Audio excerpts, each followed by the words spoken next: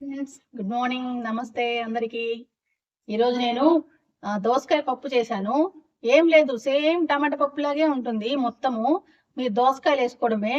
ఒక 1.5 కప్పుకి 2 గ్లాసులు నీళ్లు పోసుకోండి. 1.5 కందిపప్పుకి 2 గ్లాసులు నీళ్లు పోసుకోండి. అంత టమాటా పప్పుకి ఎలా వేసుకుంటాం, ధనియాల పొడి, కారము, పచ్చిమిరపకాయలు, కొత్తిమీర వేసుకుంటాం కదా, సేమ్ అలాగే చేసుకోండి.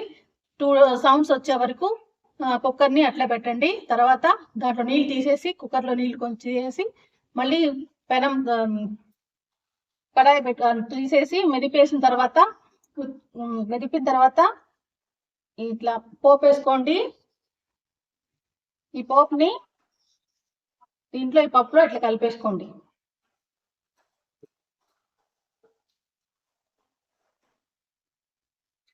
కలిపిన తర్వాత బాగా ఉడకాలి పప్పు. దోసకాయ పప్పు కమ్మగా ఉంటుంది. సేమ్ టమాటా పప్పు లాగే, టమాటా లేకుండా దీంట్లో ఉట్టి దోసకాయలు వేస్తాం అంతే, ఇంకేం లేదు మార్పు.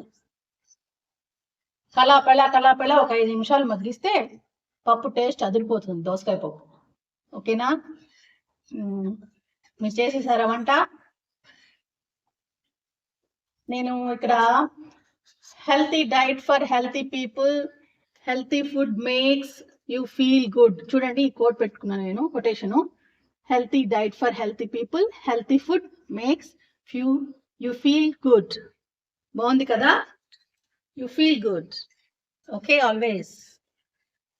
తప్పకుండా నా ఛానల్ని సబ్స్క్రైబ్ చేయండి, లైక్ చేయండి, షేర్ చేయండి. Thank you for watching my video.